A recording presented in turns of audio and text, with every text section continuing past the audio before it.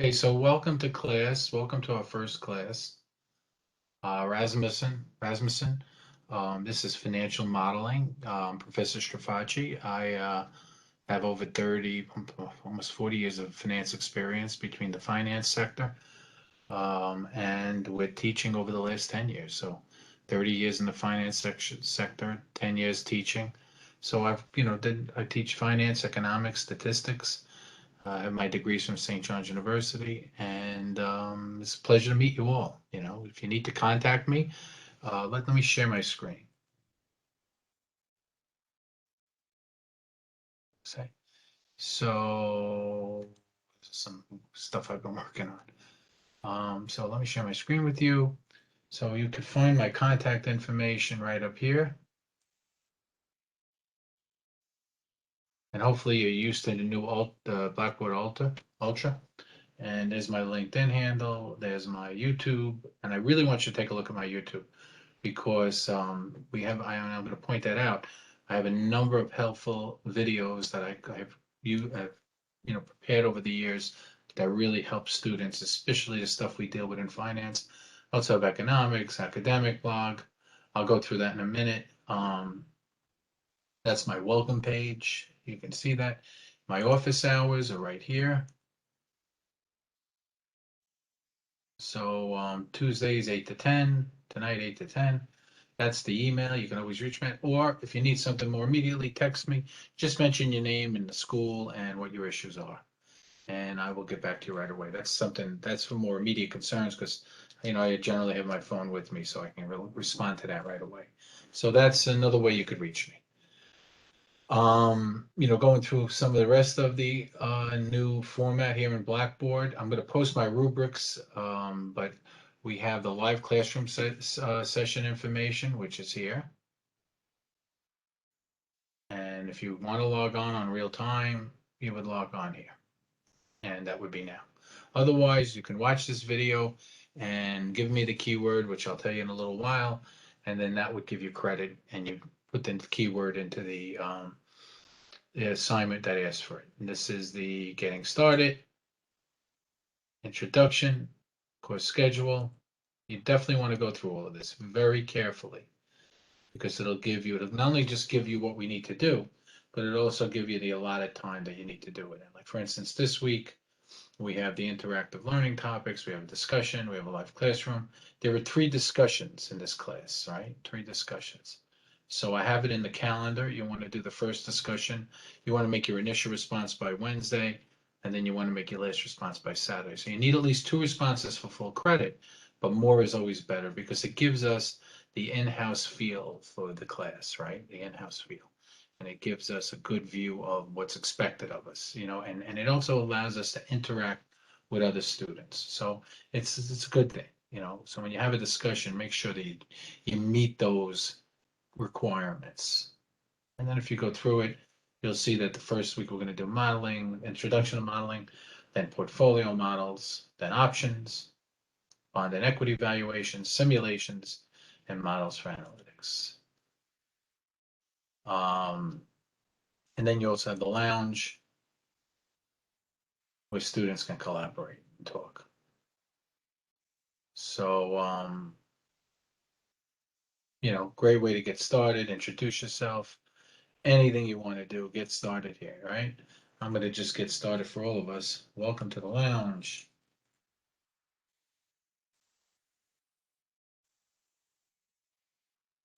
Please tell me a bit about yourself and what you would like to accomplish in this class. So there you go. We can get the conversation started. I also love to hear, what teams do you root for? That's always a good one. I'm a Met fan.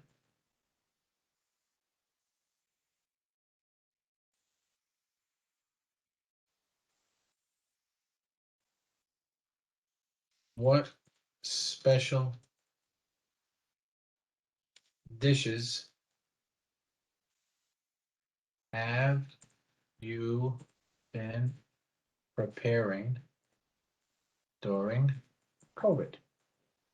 And you got a couple of questions there from the professor, okay? Either tell me what teams you're rooting for. Oh, I love to, I'm Italian, so I love food and I love sports. Not that only Italians do that, but that's me. So tell me, what special dishes, are you doing anything special? And what team do you root for? That's a good way to start. Break the ice. So there's the lounge. And again, go through it. There's my YouTube channel. So let's take a look at this for a minute. So if you get to my YouTube channel,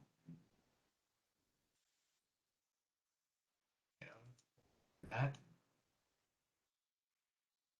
you're going to see that's my Finance Academy. You're going to have time value of money using Excel, equity value models. There's a lot here that you're going to use throughout this class. Capital asset pricing model, calculating beta. I show you how to calculate beta when you learn what beta is. So that's sort of modeling in and of itself. Understanding standard deviation, and then using capital budgeting techniques, which I know we have in this class. Payback period, internal rate of return, profitability index, net present value. So you have a lot of information here. Statistics. I put a lot of statistics in here if you want to expand. And by the way, you're not just limited. You have access to all of my stuff.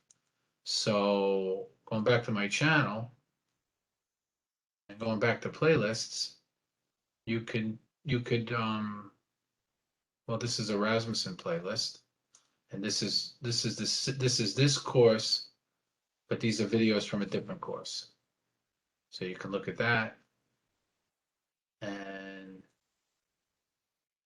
on, or you could look at Statistics Academy, which is going to give you a lot of statistics. I mean, if you're interested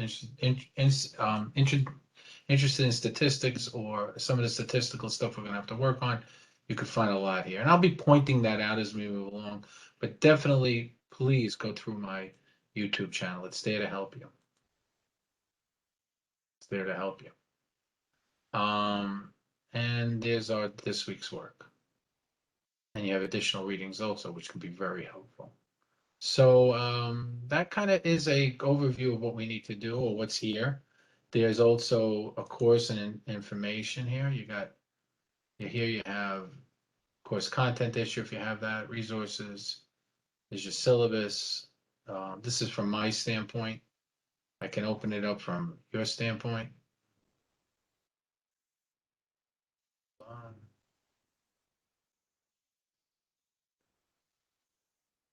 Let's take a look at student view. So you can see so I could see what you're seeing, and you're going to be seeing this. So it's all here for you. And there's your tools. So anything you need, and there's tutoring. So anything you need is here. Just let me know, and I'm here to help you succeed. That's what I'm here to do. And so whatever you need at any point in time, I want you to let me know, and I'll be here for you. I want you to do well in this class. Very important to me that you do that. I take pride in teaching, and I take pride in my students doing well. First discussion, what constitutes a good model? I gave you a little overview, and I see some of you have already contributed, which is wonderful. Keep it up. Okay, excellent. All right, so let's dive into this week's review. Let's dive in.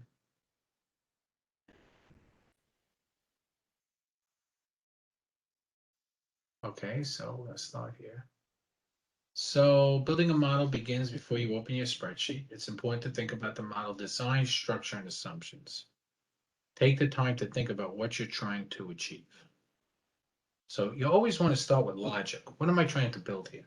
Like when I do a statistical model, that's the first thing I'm thinking.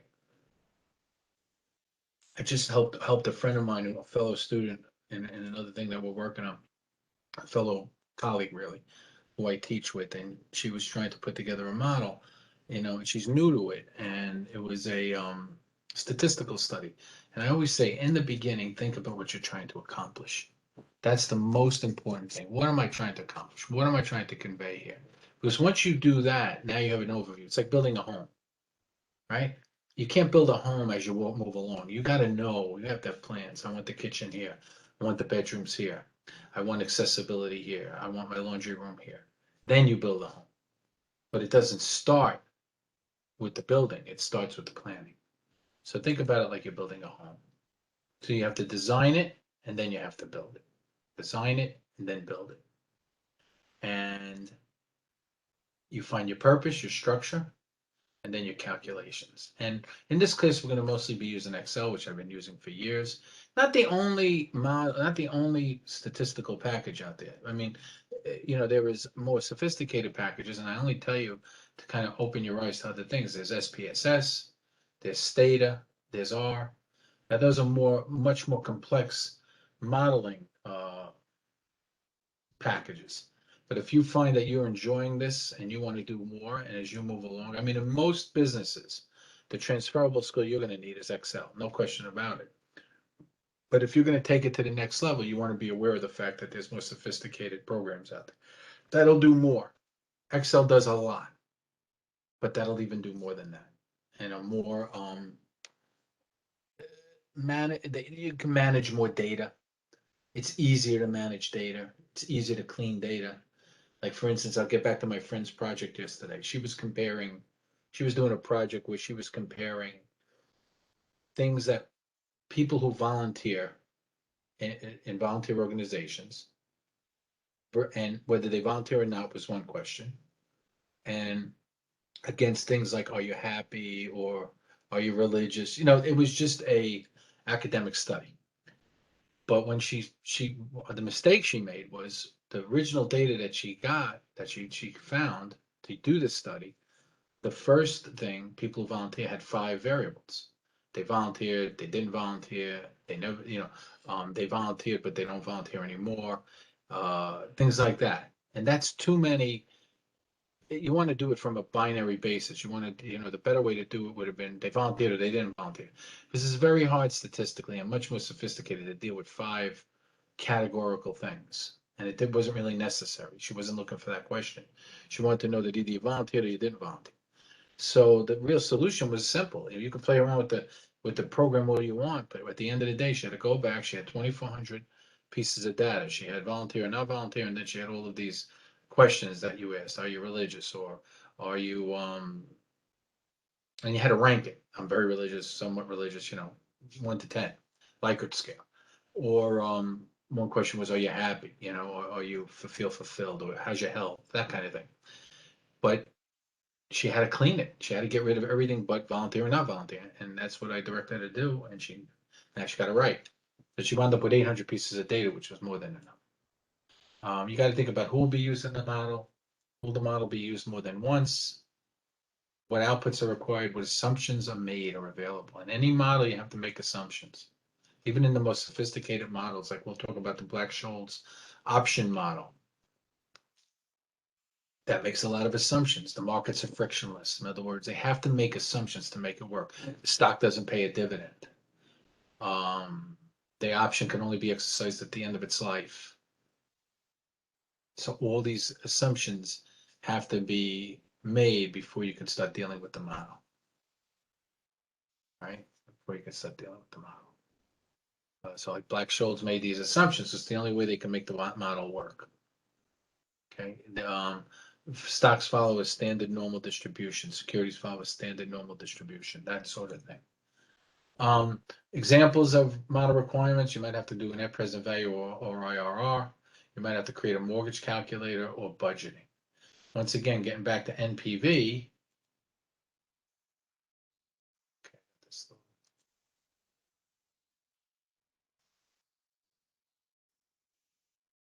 getting back to NPV, you'll find a lot of that in my finance YouTube. You'll find a lot of that in my finance YouTube. So that should be there for you. My finance YouTube. Okay. Any questions? Oh, you're not here, but the keyword, I'm going to get to it in a minute. I'll get your keyword in a minute. That's what you're going to find. You'll find it in my finance YouTube. All right, so let's go back to our little dissertation here.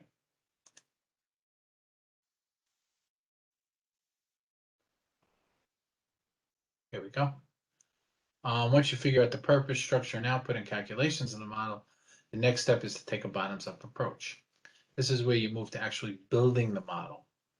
Start developing inputs, make calculations, summarize the key results. So you have inputs, calculations, outputs from your calculations, and then you analyze it. And I'm big on that. You always have to go back, whether you did a good job or not such a good job. You always want to go back and review what you're doing to see what worked and what didn't work. Really important part in business and in life. Always review your work. Always go back. That's like from the professor, okay? Now, when developing a model in Excel, be sure to stay consistent with the design so the audience can focus on the information and not decipher where the information is located on your spreadsheet. You want to make it user-friendly. You want to make it so it's visual. Like, for instance, I did a model recently on a calculation. Here's one on calculating a corporate bond convexity and maturity, which we'll learn a little bit more about. But notice I tried to make it as clean as possible. So what did I do here? I put the year, the periods here, the coupon here. You'll appreciate this more when we get to that topic. But by doing this, I was able to make this more user-friendly. Okay, well, here's a model that I did on the Black-Scholes model, which I'll share with you when we get to that time, when we get to that part of the year. And here, it's not as pretty as I would like, but I did color code it because the Black-Scholes model can be a little convoluted, but I did color code it to make it more user-friendly. Then I also put a couple of tabs, one on Euro US dollar option and one on risky debt option, which are different models for the Black-Scholes. That's my own work. But I give you an idea of models that I built. The model doesn't stop once you conclude the analysis stage. In practice, model building is an iterative exercise that involves refining the design and model structure. For example, the assumptions in the original model may change with data from the new fiscal year. For this reason, it's a living document, a model. Very rarely do we build a model and never go back to it. We're always modifying, adding, subtracting, putting new data in. That's the idea of a model. So the design, document, always document. Even if you have some Word document, that doesn't hurt either. To commit some stuff to just verbal. Everything doesn't have to, you could cut and paste it into your Excel spreadsheet, but make sure that you do that. Like notice when I did my Black-Scholes model, I also cut and paste the actual Black-Scholes equation. So I have a reference point of where I got it. Okay. If multiple people are using your model, be sure to explain the assumptions you made in building the model, particularly if any of the users are not familiar with modeling. This way, the user will know what the model can and cannot do. And there's a little article here you could read about modeling. So in Excel, what do? You can cut, copy, and paste. You can undo your last action. You can move to cell 1. You can move to the last cell in the range. You could do a lot in Excel. Excel's terrific. So, for instance, this was an earlier class that I taught to demonstrate interest rates. Showed how a change in interest rates makes a dramatic change in either a mortgage or a car payment, right? If I'm here, I'm clicking up here, I could highlight the whole Excel spreadsheet. Why I need to do that? I'm not sure that you're going to need to do that, but maybe I want to put something in one particular row. Let's see what I got. There's your undo right up there. There's your undo right up there. And I click here and I'm at it. What if I just want to do something in row A, but I want to do the whole row A? Let's click on the A. Click on the B. What if I want to do A, B, and C? Do it that way. What about if I want to do a particular row? That's a column. Just click on it. Functions can be found here. Okay, and right here will tell you what cell you're in. But for formulas, mostly, you're going to want to be up here. So there's all your financial calculations. And once you use one of these, it'll show up in recently used, so you don't have to keep going back and searching. More functions, there's your statistical function. Engineering function, cube, information. I want to go through a lot of data and pick and choose or sort it. Go through information. Compatibility.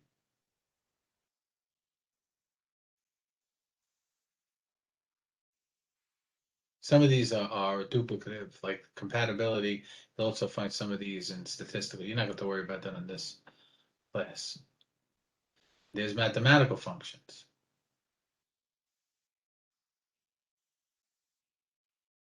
So it's really has a lot of functionality. This is looking up data, date and time, text. So you got a lot up here, logical, if and functions. Okay, so a lot here that you could use. And then if you go to your home page, you can change the, make it a different color. I can even make it bigger, or I could use a different font.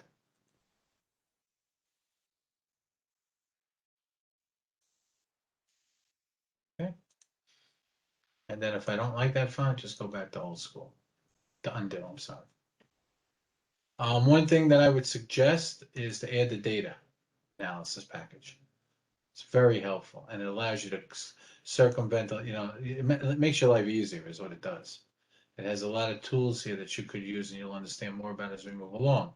How to do that, go to File, go to Options, go to Add-ins, File, Options, Add-ins, and then click on Analysis Tool Pack, go, click on the Analysis Tool Pack and say OK.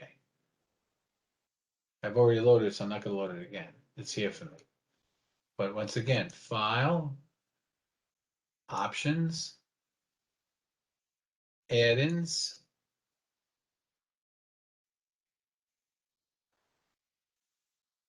and then pick up all the analysis toolpacks. And then click OK. And it should show up here, and it'll make more sense as you move along when you want to use this. You do descriptive statistics, covariance, a lot here. Will make more. If some of you are already familiar with statistics, you'll really be able to appreciate this. If you're not, it's okay. You'll figure it out. It'll make sense as you move along. But it's good to have in there. Okay. The key word is baseball. Right? Baseball season started. The key word is baseball. These are all different functions you can use. Control Z is undo, but I showed you the other way to undo. What if I'm somewhere here? What if I'm working on this model and I'm down here somewhere? Well, then I would hit the Control Home key, and that would take me right up to the top. Hit Control and Home, and look at what happened right up there.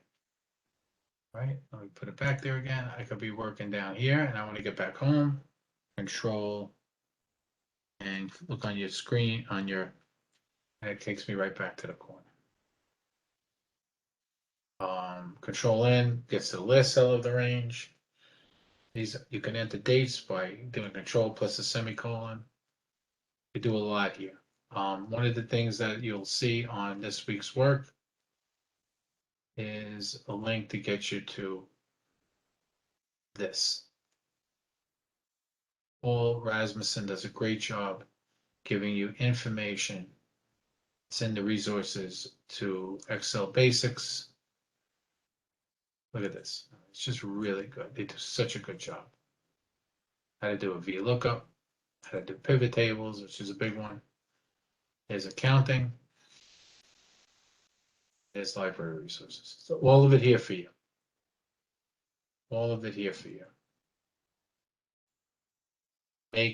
Definitely spend some time with the library and with these resources, because it's here for you and it's here for your benefit. And again, it's designed, the school is terrific. They designed this work for you to succeed. All free information. You should have to pay for. You are, you're part of school, it's part of your data that you pay for, but you make use of it. Make use of it. Can't urge that enough. There are over 400 functions in Excel. Of course, you don't need to familiarize yourself with all of these, but as you move along, you'll learn more and more. The more you use it, the better you'll get at it. There's X logic functions. There's financial functions. I already went through that with you. And there's text functions. So we can move the text to the middle. We can look up information. How many blank cells do we have? We could do a lot of different things with this.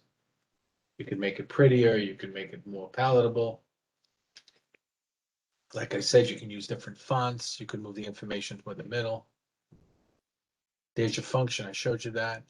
Let's go back. You know, when you're building it, if you want to make it pretty, you can use different fonts. You can even and it'll also, what's really cool is they'll also make suggestions as you're moving along. They'll analyze data for you. So for instance, that small amount of data, they really couldn't find much on that. But let's say I want to insert a table. They'll recommend a table for me. Okay, I don't think I have enough data for them to do that. Yeah, they do. So this is meaningless. I'd have to play with all the data, but depending on the table you have, they could do something with that. They can, and they'll recommend different charts for you. So say on something like this, they'll recommend charts. Okay.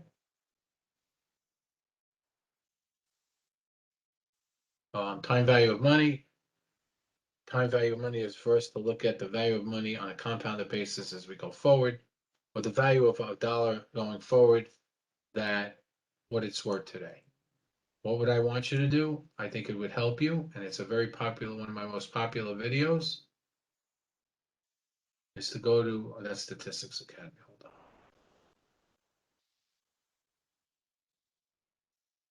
One of my most popular videos, I'm gonna close this, is to go back to Finance Academy and watch this video, Time Value of Money. It'll really illuminate this. So I can't stress it enough. Go back to Time Value of Money and watch it. And it'll show you how to do this stuff in Excel. Examples of these type of decisions could be something as simple as adding a new dryer in a dry cleaning shop, or something as complex as Google acquiring YouTube. Regardless of the decision, the manager must value a price and opportunity. Calculate the value of an opportunity. We need to move cash flows across time, right? If I'm going to get paid in 3 or 4 years, it's going to be way different than getting paid today, right? Because money has value over time. You can invest the money. So a ball player who gets look, I always like to use this example. Let's look at a ball player like one of my favorite players, LeBron James. So he gets, let's make up a number. He gets a $200 million contract over 10 years. So let's start with 200 million.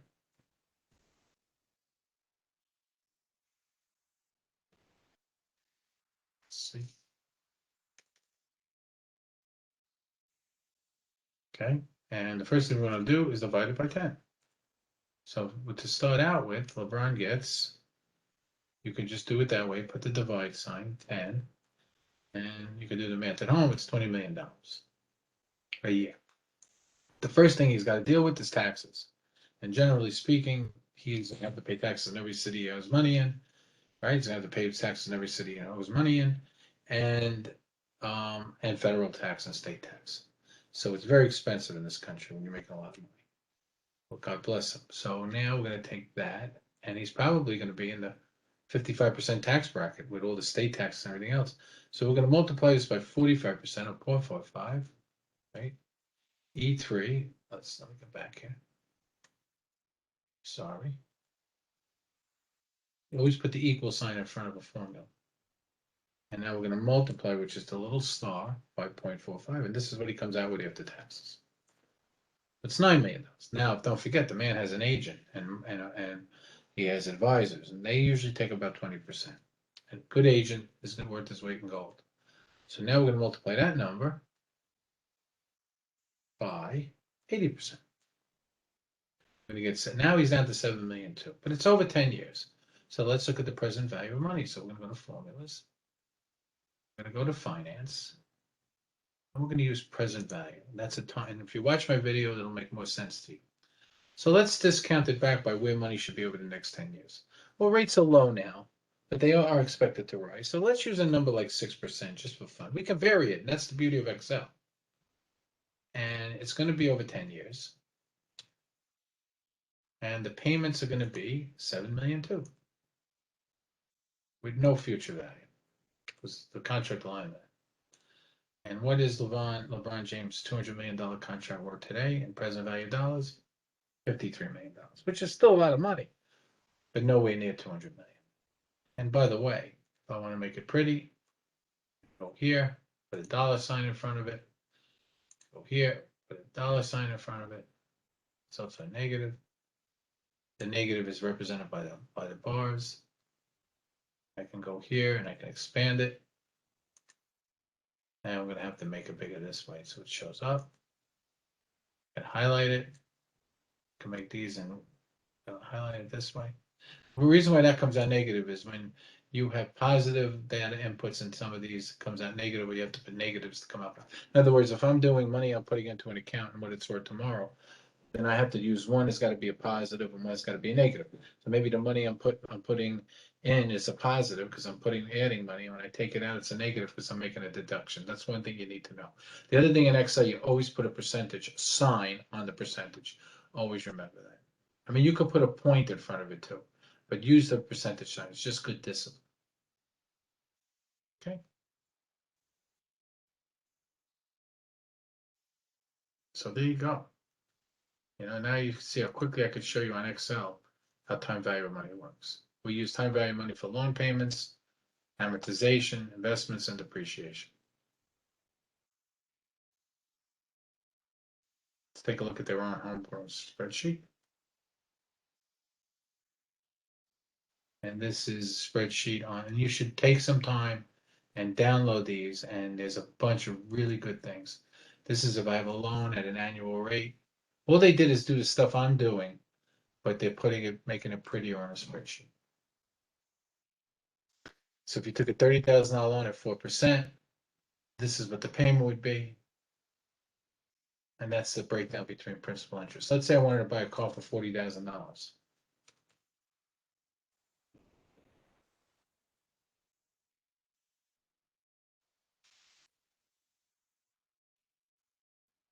And my rate is 4%, and I would pay it over 48 months.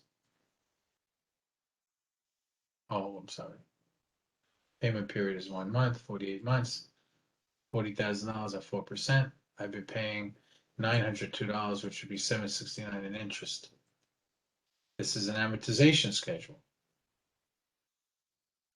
Notice what happens is as I move along, I'm making the same payment, but as I make payments, less goes to interest and more goes to principal. That's how amortization works until I pay off the loan. Notice the interest rate goes, the amount in interest starts going down, and it kind of skips to 46, but the principal goes up until I pay off the mortgage. That's what amortization is. I would urge you to download this spreadsheet and spend some time with it. This is monthly compounding. If I compound my money every month, how would it compound?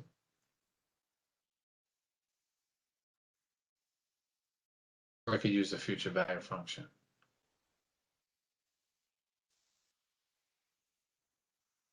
Remember, what's compounding? I put money in an account. As it earns interest, I leave the money there. The interest earns interest, so it keeps building.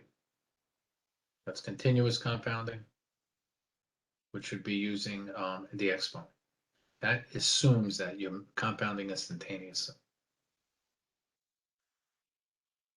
There's your net present value. So what does it mean that you're compounding instantaneously?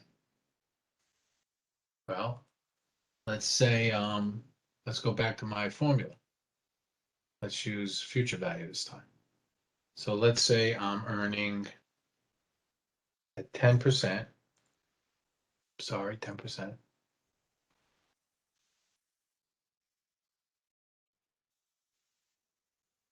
One period, no payment.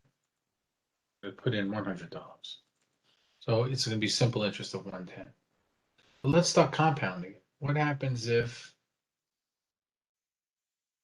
I compound it twice a year? I'm gonna make that a 2. And then obviously I gotta make this divided by 2, because I don't compound at the same rate. That's an annual rate. Now it's 110.25 because I earned a little bit, and on month 6 I got some interest, $5, and then I earned interest on the interest. What happens if I compound quarterly? 4 and 4. Now it's even a little bit more because I earned a little interest every quarter. What happens if I compound annually? 12. You can do this at home. 12. And I earned another 11 cents. What happens if I compound 10,000 times a year? 10,000. And this has got to be 10,000 too, because 10,000 is little slivers on slivers. Every time I put a little sliver on a sliver, how much would that grow? Wait, that's wrong. Put an extra 0 here, I'm sorry. Now it just goes up 5 cents. Because even though you say, well, you compounded 10,000 times, it's just a little sliver every time. And that leads us to the exponent. When I use the exponent,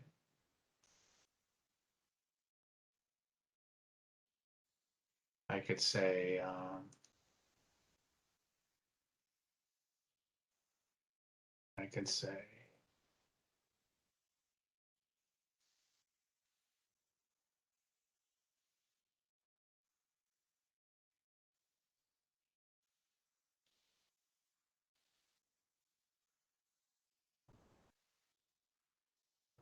okay, back to our spreadsheet.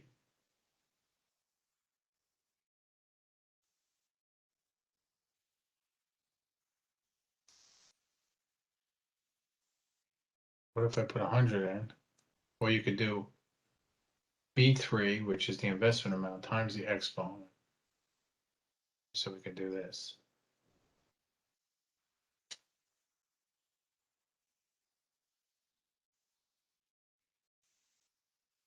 Back here.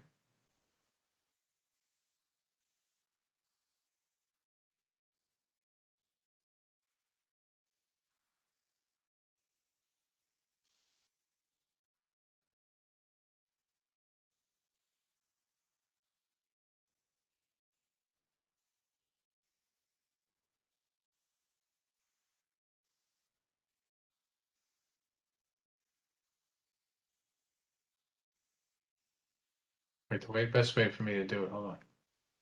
We go back to this and say, what happens if I put $100 in?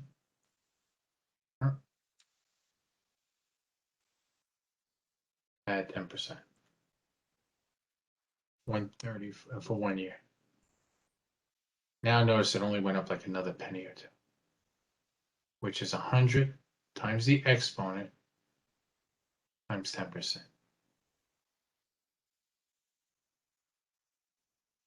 Or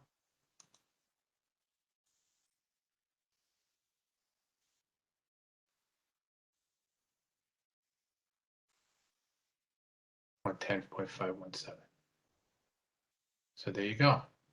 Goes up ever so slightly. Continuous compounding. So it gives you an idea how that works. Again, keep playing with it. You definitely go through it. These are the ones we just used. Payment on principal. You can find what you just paid in principal or what you just paid in payment.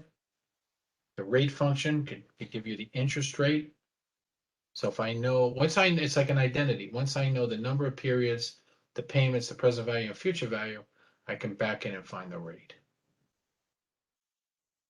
I could see that if I know my rate, my payment, how much I'm putting in today and what I want to get back tomorrow, I can solve for number of periods.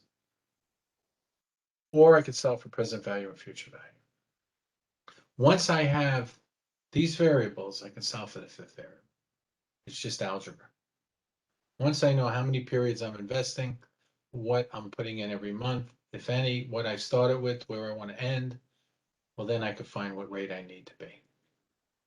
Let's just do one of them. Let's solve for rate just to for explanatory.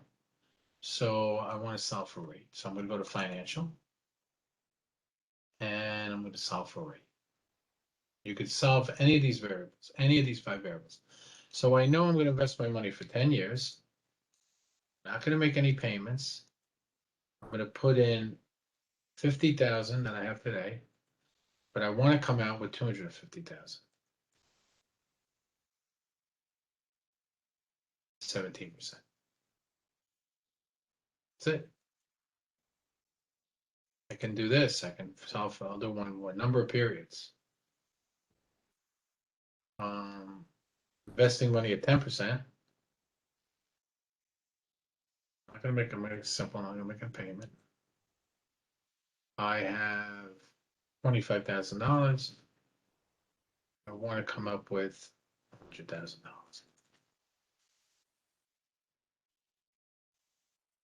I have to put a negative.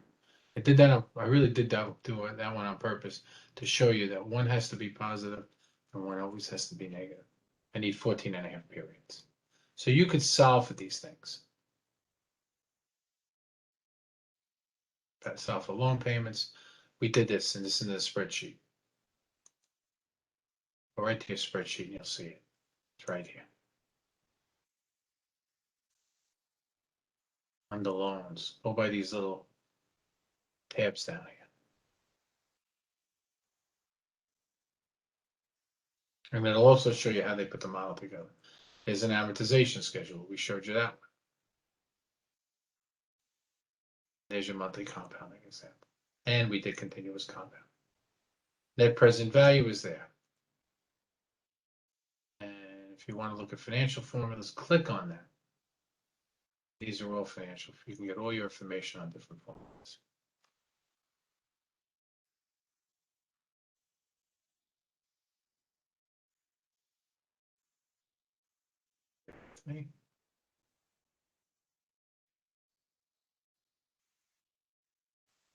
That's it. That kind of brings us to the end of our little class here. Again, go through everything carefully, add to the discussions, and remember to contact me if you have any questions at all. That's what I am here for. This is the YouTube channel. This is the welcome from me. This is my office hours. This is my now once I'm done with this, here's my live classroom session information. All right. And when I'm done with this, I'm going to put the recording, I'm going to put the link to the recording right here.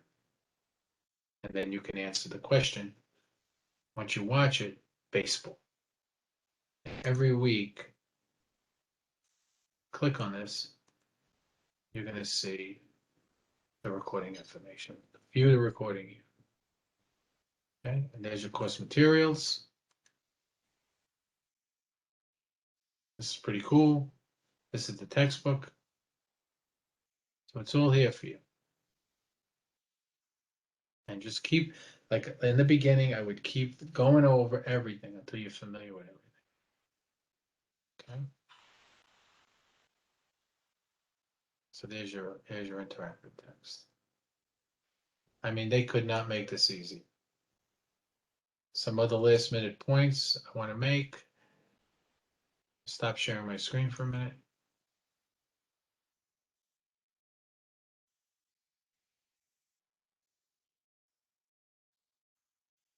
Hi again. Good to see you.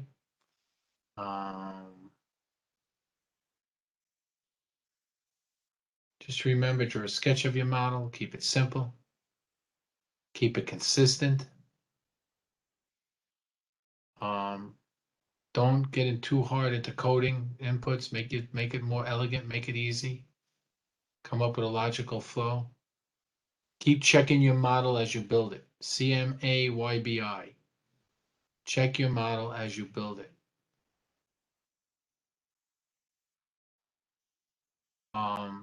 And one other thing I wanted to mention before we leave. Another thing that I'll offer you. Let me share my screen one more time. Is hide that a little. I also in my YouTube, that's why I'm always going back to this YouTube. Back home. My YouTube. I have